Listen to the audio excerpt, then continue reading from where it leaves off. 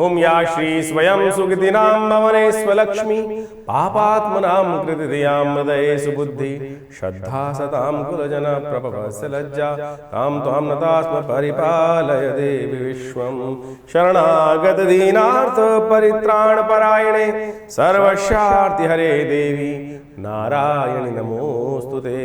नमस्कार, स्वागत है आपका आचार्य वाणी में। मैं आचार्य डॉक्टर विक्रमादित्य आपके साथ हूँ और आज का विषय हमारा है तुला राशि वालों के लिए नवंबर के अंतिम भाग में ग्रहों का योग किस प्रकार का बन रहा है। तुला राशि बैलेंस करने वाली राशि, तुला राशि हर एक को एक नज़र से देखने वाली राशि, न्याय की तरफ बहुत ज़्यादा आकर्षित रहने वाली राशि। ये बड़ी विचित्र राशि है पूरे विश्व के अंदर। इस राशि में जो भी उत्पन्न हुए, चाहे बादशाह अकबर हुए, चाहे विशेष तौर पर बड़े बड़े लोग उत्पन्न हुए, तो इसका प्रभाव बड़ा विचित्र रहा। तुला राशि वालों के लिए खास तौर पर कहा जाता है कि ये न्याय की तरफ चलने वाले लोग होते हैं और इनकी न्याय की जो वो बात होती है पूरा लोग पहचानते हैं और लोग इनका सम्मान भी इस बात के लिए करते हैं। लेकिन विडंबना ये रहती है कि ये सबके साथ न्याय करने का प्रयास करते हैं, लोग इनके साथ न्याय नहीं करते। तो अब जो समय नवंबर के अंतिम भाग में ग्रह योग बन रहा है वो आपके लिए कई प्रकार के विशेष योग बना रहा है। देखिए, शनि महाराज आपके योग कारक ग्रह हैं और वो चल रहे थे वक्री, अब हो गए मार्गी। लेकिन मंगल जो है वो विशेष तौर पर षडाष्टक योग बना के बैठ गए हैं शनि के साथ, और ये जब तक यहाँ रहेंगे अंतिम में तब तक तू डाल डाल में पात पात ऐसे योग मंगल शनि का बनता दिखाई दे रहा है। षडाष्टक योग अशांति का योग है। जो लाभ शनि से जाते जाते देने के लिए बैठे थे यहाँ पर, वो शायद कहीं ना कहीं फंसा ना दे। आपको इस बात का ध्यान रखना है। तो उसको ठीक करने के लिए एक विशेष योग बन रहा है, वो हम बताएंगे इसी एपिसोड में आपको कैसे उसको ठीक कर सकते हैं, कैसे उसको शांति के लिए परमात्मा का आशीर्वाद लेने का सुंदर दिवस है इन दौरान। तो आप सिलसिलेवार तरीके समझें ग्रह नक्षत्र आपके लिए क्या करने वाले हैं। 24 तारीख रविवार का अवसर, नवमी तिथि है और ग्रह नक्षत्रों के दृष्टिकोण से आपके लिए योग अच्छा ही है, खराब नहीं है और उसको आपके लिए लाभ देने के लिए सुंदर है। सूर्य महाराज आपकी किस्मत जगाने के लिए इस वक्त बहुत सुंदर योग बना के बैठे हैं पूरे मार्गशीर्ष महीने में। तो भगवान सूर्य का आराधना अवश्य कीजिएगा, गायत्री का जप करें, सूर्य को जल दें। सूर्य आपकी किस्मत जगाने आए हैं और ध्यान रखिएगा, जो लोग विशेष तौर पर सूर्य को प्रसन्न करेंगे, अपने मन को प्रसन्न रखेंगे, नित्य प्रति सूर्य को देखकर, उसकी कांति को देखकर अपने अंदर उत्साह जगाकर काम करेंगे तो बिल्कुल वारे न्यारे करा सकते हैं। हम तो सूत्र रूप में समझा रहे हैं आपको, लेकिन आप कई बार क्या होता है, कई बार लोग मैसेज में बहुत सारी चीज़ लिख के भेजते हैं, खुद परेशान है मैं समझता हूँ, लेकिन कई बार क्या होता है कि ऐसे ऐसे शब्द लिख के भेजते हैं लोग कि उनको समझ में नहीं है। मानसिक तौर पर हमें समझ में है, केवल समस्या खराब चल रही होती हैं तो लोग विश्वास नहीं जगाते हैं। विश्वास जगाइए, ये समय आपके लिए बहुत अनुकूल है, इसलिए हिम्मत जगाकर कार्य करने का प्रयास करो। तुला राशि वालों, ये समय पूरा आपके लिए बहुत अनुकूल, मार्गशीर्ष का महीना बहुत अनुकूल है आपके लिए। इसमें सूर्य को ताकत जितनी दोगे उतना आपके लिए लाभ के योग बनेंगे, तो ध्यान रखते हुए कार्य करो, अच्छा है। 25 तारीख सोमवार का अवसर, दशमी तिथि है और ग्रह नक्षत्रों का योग जो आपके लिए बन रहा है वो विशेष तौर पर हम बात करें थोड़ा सा भारी है। ग्रह नक्षत्रों के दृष्टिकोण से भारी योग दिखाई देता है, खर्चे होने के योग दिखाई देते हैं। लेकिन साथ साथ अच्छी बात इसमें यह है, अभी भी है कि गजकेसरी योग निर्माण हो रहा है, जो बृहस्पति पर चंद्रमा, विशेष तौर पर चंद्रमा, बृहस्पति की दृष्टि चंद्रमा में पड़ रही है, गजकेसरी योग का निर्माण कर रही है। तो ये दिखा रही है खर्चे होंगे तो पैसा आ भी जाएगा। तो इसलिए कोशिश करो अपने लीकेज बंद करने का प्रयास करो। तो सबसे बढ़िया उपदेश यही है, लीकेज नहीं होनी चाहिए।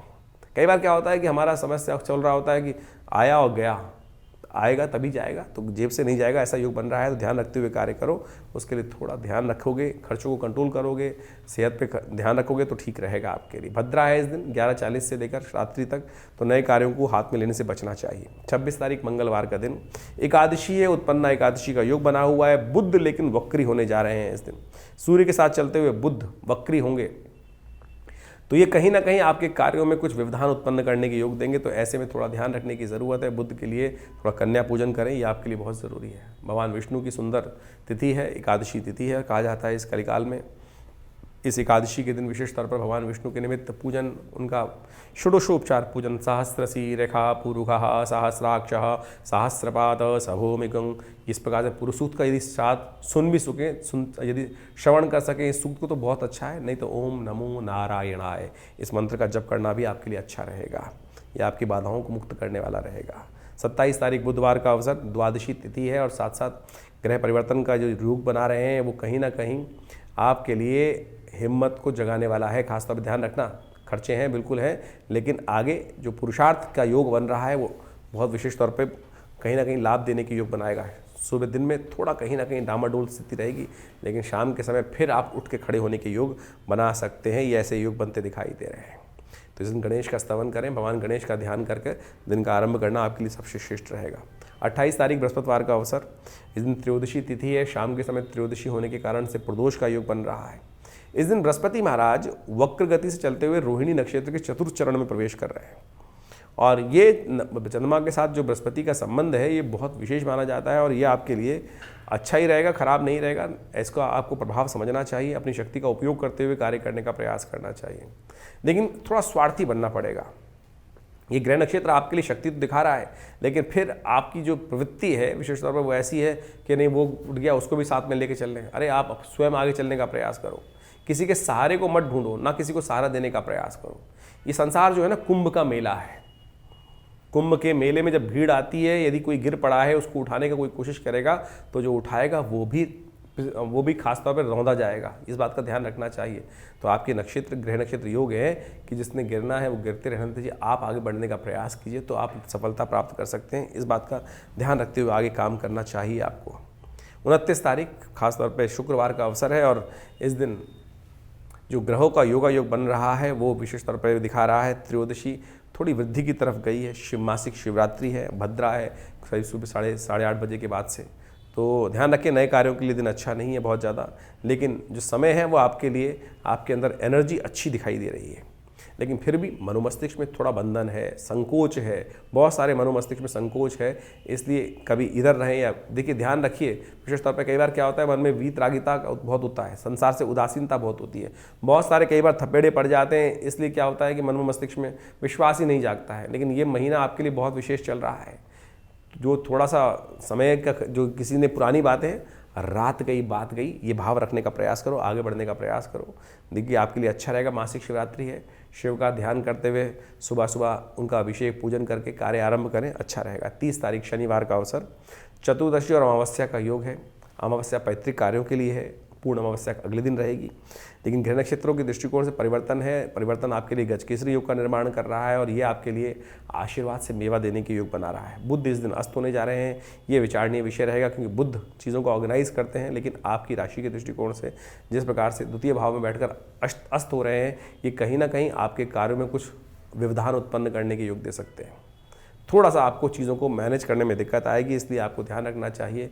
छोटी कन्याओं का पूजन करें, छोटी कन्याओं को आशीर्वाद लें, थोड़ा हलवा इत्यादि, चना इत्यादि बनाकर, लाल वस्त्र इत्यादि देकर भगवती को भोग लगाएं, भगवती का जप करें। अष्टमी विशेष तौर पर अमावस्या है पैतृक कार्यों के लिए, तो अपने पितरों के निमित्त तर्पण इत्यादि, ब्राह्मण भोजन इत्यादि अवश्य कराइएगा।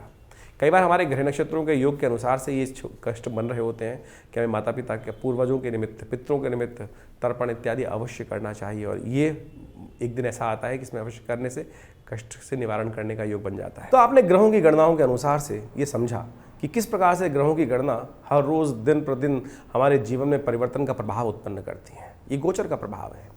जी हाँ, एक गोचर के दृष्टिकोण से, राशि के दृष्टिकोण से, लग्न के दृष्टिकोण से, आपकी नाम की राशि के दृष्टिकोण से इस गोचर के प्रभाव को आप समझ सकते हैं। देखिए हमारे यहाँ कई प्रकार से, वैसे तो पुराने ज़माने में जो व्यवस्था चलती थी, राशि के अनुसार से ही सब लोग सारे कार्य करने का प्रयास करते थे, उसके दृष्टिकोण से एक रास्ता बन जाता। लेकिन आज नाम की राशि कुछ और है, जन्म की राशि कुछ और है, लग्न कुछ और है, और फिर इनमें भी प्रभावी सबसे ज़्यादा कौन है, ये सब गणनाओं का विषय है। इसको सुंदर रूप से समझने का हमें प्रयास करना चाहिए, और फिर आप समझ सकते हैं कि आपको किस प्रकार से ये देखना है अपनी राशि के अनुसार से फल। तो हमने आपको बताया कई बार कि आप अपनी राशि, जहाँ चंद्रमा आपकी राशि कुंडली में विराजमान है, वो आपकी चंद्र राशि होती है। जो लग्न है वो विशेष तौर पर, जहाँ पर जिस लग्न में आपकी उत्पत्ति हर रोज़ करीब पूरी 24 घंटे के अंदर पूरी 12 लग्नें नित्यपति 2-2.5 घंटे के हिसाब से परिवर्तन का योग बनाती रहती हैं। तो आप जिस काल में, जिस समय में, जिस लग्न में जन्म हुआ है, तो उसके अनुसार से, आपकी डेट ऑफ बर्थ के अनुसार से वो लग्न भी राशि के अनुसार से ही एक प्रभाव माना जाता है। उसका भी प्रभाव पूरी जन्मपत्री के अनुसार से होता है। कई मतों में कई विभिन्न ज्योतिषियों ने, विभिन्न आचार्यों ने अलग अलग प्रकार के मत दिए हैं। ज्योतिष के दृष्टिकोण से ऐसा भी कहा जाता है कि जो गोचर का प्रभाव है वो चंद्र राशि के अनुसार से देखना चाहिए। लेकिन हमने ऐसा देखा कि कई बार जन्मपत्री में चंद्र राशि इतनी प्रभावी नहीं होती, लग्न राशि ही प्रभावी होती है, लग्न जो होती है, और उसके अनुसार से ही पूरा प्रेडिक्शन मैच करता है। तो ये सारा अध्ययन का विषय है। जब आप जन्मपत्री अच्छे से दिखाएं तो उनसे समझ लें कि हमें किस प्रकार से जन्मपत्री को देखना है, समझना है, कौन सी लग्न हमारी प्रभावी, चंद्र राशि प्रभावी है, लग्न प्रभावी है, सूर्य राशि प्रभावी है, और या नाम राशि प्रभावी है। तो इन सब के द्वारा भी हम अच्छे से, यदि आप अच्छे से समझ लें तो उसके बाद आपको पूरा प्रेडिक्शन समझ में आ सकता है कि गोचर का प्रभाव आपके ग्रह गणन के अनुसार से किस प्रकार से हो रहा है। तो ये समझे कि गोचर का प्रभाव तो आपने समझ में आया, लेकिन मूल जन्मपत्री सब कुछ डिपेंड करती है। देखिए, गोचर का प्रभाव तो पूरी दुनिया पर एक जैसा ही हो रहा है, लेकिन अब आप समझें कि आपका जन्म जब हुआ, जिस समय में आप क्या पैरामीटर्स लेके उपस्थित हुए, ग्रहों की अवस्था किस प्रकार की थी, उसमें आपका प्रभाव क्या है। जैसे आप समझ सकते हैं, अब सर्दियां वो आ रही हैं, सर्दियों का प्रभाव हर व्यक्ति पर अलग हुआ। जो थोड़े हेल्दी होंगे वो उसका लाभ ले लेंगे, जो थोड़े वीक होंगे उनको जुकाम, सर्दी, खांसी, नज़ला इत्यादि परेशान कर सकता है। जो और प्रकार से, यानी हर एक के ऊपर अलग अलग किस्म का प्रभाव होगा मौसम का। मौसम एक ही है, एक ही क्षेत्र में रहने वाले मौसम के लिए, मौसम जो है वो सबके लिए एक जैसा पड़ रहा है, लेकिन प्रभाव हर व्यक्ति पर अलग अलग प्रकार से हो रहा है। तो ये किस पर डिपेंड करता है कि आपकी मेटाबॉलिज्म एक्टिविटी पर, शरीर के ऊपर, कि देशकाल परिस्थिति आपकी किस प्रकार की है। तो वही जन्मपत्री का विषय है कि आप कब जन्म हुए, किस प्रकार से आपके भुक्त भोग्य कर्म किस प्रकार के थे, और उसके अनुसार से आपको जो आज मौसम बन रहा है वो उस पर क्या प्रभाव होगा, ग्रहों का गोचर क्या है उस पर क्या प्रभाव होगा, दशाएं क्या चल रही हैं, अंतर दशाएं क्या चल रही हैं। जो आपकी जन्मपत्री में सूर्य इत्यादि ग्रह हैं वो वहाँ प्रबल हैं, पावरफुल हैं, ताकत में हैं या निष्फल है, वहाँ पर उनमें सुप्त अवस्था में है, जागृत अवस्था में। तो ये सब चीज़ें, बहुत सारा ज्योतिष एक बहुत गूढ़ विज्ञान है। हल्के हल्के से परिवर्तन से ही जमीन आसमान का फर्क आ जाता है, दिन रात का फर्क आ जाता है। तो ऐसे नहीं कि केवल ज्योतिष के दृष्टिकोण से लोगों ने 4 दिन में, आज की तारीख पे तो क्रैश कोर्स शुरू हो गए हैं, 4 दिन में ज्योतिषी बन जाते हैं। आजकल टीवी पे, आजकल किस प्रकार के यूट्यूब पे बहुत सारे ऐड बन जाते हैं, यूट्यूब पे पढ़ा के लोग ज्योतिषी बना देते हैं। लोग जीवन लग जाता है ज्योतिष को पढ़ने में, और कई मैं कहता हूँ एक जीवन पूरा भी नहीं होता है। लगातार लोग अध्ययन करते हैं, हर रोज़ कुछ नया सीखते हैं, तब जाकर आज हम 40-40 सालों से ज्योतिष को अध्ययन कर रहे हैं, समझ रहे हैं। तो आप समझें कि इसके अंदर जिस प्रकार से 10 वर्ष की आयु से मैं अपने पिताजी के सानिध्य में रह के ज्योतिष का अध्ययन आरंभ किया था। मैं कहूँगा 5 साल की आयु से ही, 1980 के आसपास से ही, बाल्यकाल से ही पिताजी ने ज्योतिष को सीखने में लगाया। जब 5 साल के थे तब से ही उन ग्रहों की अवस्था समझाना, गणनाएँ, ज्योतिष की जन्मपत्री बनाना, वो सब उस समय से सीखा। और इसका प्रभाव पड़ता है कि बहुत सारी चीज़ें सैद्धांतिक तौर पे समझ में आती हैं, और आप समझें कि ज्योतिष के अंदर बहुत गूढ़ रहस्य है, तब जाके जीवन में परिवर्तन का मार्ग आप समझ सकते हैं। और दूसरा कारण एक और है, ज्योतिष में 2 विषय है, एक तो गणित है और एक फलित है। एक कारण को जानने का तरीका है और एक निवारण का तरीका है। ऐसी कोई विज्ञान की स्थिति ठीक नहीं है कि जिसमें निवारण हो ही ना। तो ज्योतिष के अंदर मंत्र विज्ञान के माध्यम से, औषध विज्ञान के माध्यम से, पूजा पाठ के दान पुण्य के इत्यादि के विधान के अनुसार से ग्रहों की गणनाओं को समझकर उसका कष्टों का निवारण करने का मार्ग भी प्रशस्त किया गया है। तुलसी बाबा ने कहा ना, सकल पदार्थ हैं जगमाही, कर्महीन पुरुष पावत नाही। तो इसलिए कर्म सही रूप से करने का हमें प्रयास करना चाहिए, सही दिशा में, सही स्थिति में करने का प्रयास करना चाहिए। यदि सही दिशा में चीज़ों को समझकर हम सही दिशा को पकड़कर आगे चलने का प्रयास करेंगे तो गंतव्य पर, लक्ष्य पर पहुंच ही जाएंगे। तो ये ज्योतिष का हमने आपको कारण के साथ निवारण का रास्ता समझाने का प्रयास किया। तो आप भी अपनी जन्मपत्री को, बड़े भाग्य से मानुष तन पावा है, कहा ना तुलसी बाबा ने कि बड़े भाग्य मानुष तन पावा। तो इसको ऐसे ही व्यर्थ ना गवाइए।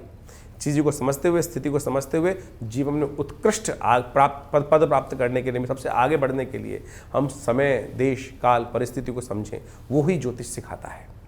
और जो समझ लेते हैं वो वारे न्यारे करवा लेते हैं, और जो नहीं समझते हैं वो वहीं के वहीं फंसे रहते हैं, विडंबनाओं में फंसे रहते हैं। बहुत सारे लोग लिख के भी लिखते हैं, अरे कुछ नहीं होता ज्योतिष विज्ञान। फिर देखते क्यों भाई? पूरे विश्व ने अनादिकाल से ज्योतिष विज्ञान का लाभ लिया, और क्या से क्या लोगों ने प्राप्त कर लिया। नित्य प्रति हम देखते हैं बहुत सारे लाभ। जब जन्मपत्री देख रहे होते हैं, जो विषय निकल कर आता है आश्चर्यचकित कर देता है कि कैसे इन गणनाओं के माध्यम से वो सत्य सामने आ जाता है। इसके भाग्य में कब क्या लिखा है वो जानने को मिल जाता है, और कब उसके अनुसार से हम उसका लाभ भी ले सकते हैं, बिल्कुल परिवर्तन कर सकते हैं।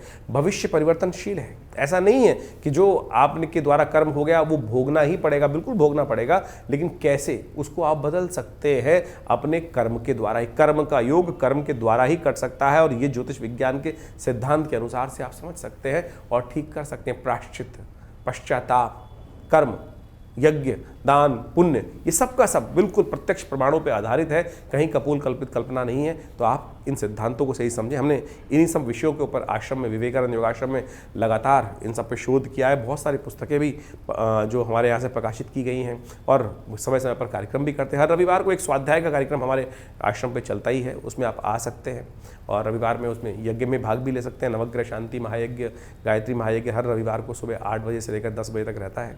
उसमें हमने स्वाध्याय की व्यवस्था बनाई है।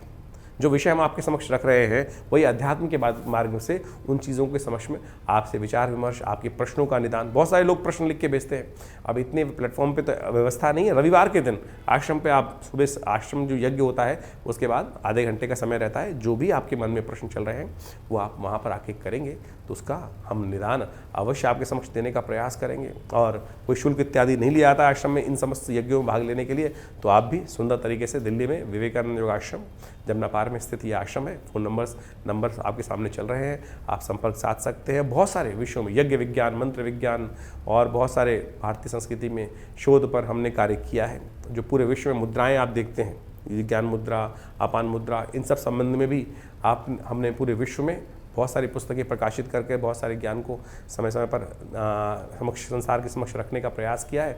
तो आप भी हमारे संस्थान से प्रकाशित पुस्तकों को मंगा सकते हैं, समझ सकते हैं और उनसे लाभ ले सकते हैं। ये संस्थान दिल्ली में जमुना पार में स्थित है। फ़ोन नंबर्स आपके सामने हैं। और रविवार वाले यज्ञ में तो अवश्य आप पधारें, आपके जीवन में कल्याण होगा। माँ भगवती की सुंदर प्रतिमा है जो 1947 में मुल्तान से यहाँ पधारी थी। हमने कई बार उसके संबंध में आपको बताया है, चमत्कार आपके समक्ष रखा है। तो आप भी रविवार को उस यज्ञ में भाग लेकर माँ भगवती के सानिध्य में यज्ञ इत्यादि कर माँ भगवती का दर्शन कर अपने जीवन को पुण्यों से युक्त बना सकते हैं, चमत्कार प्राप्त कर सकते हैं, भाग्य जगा सकते हैं।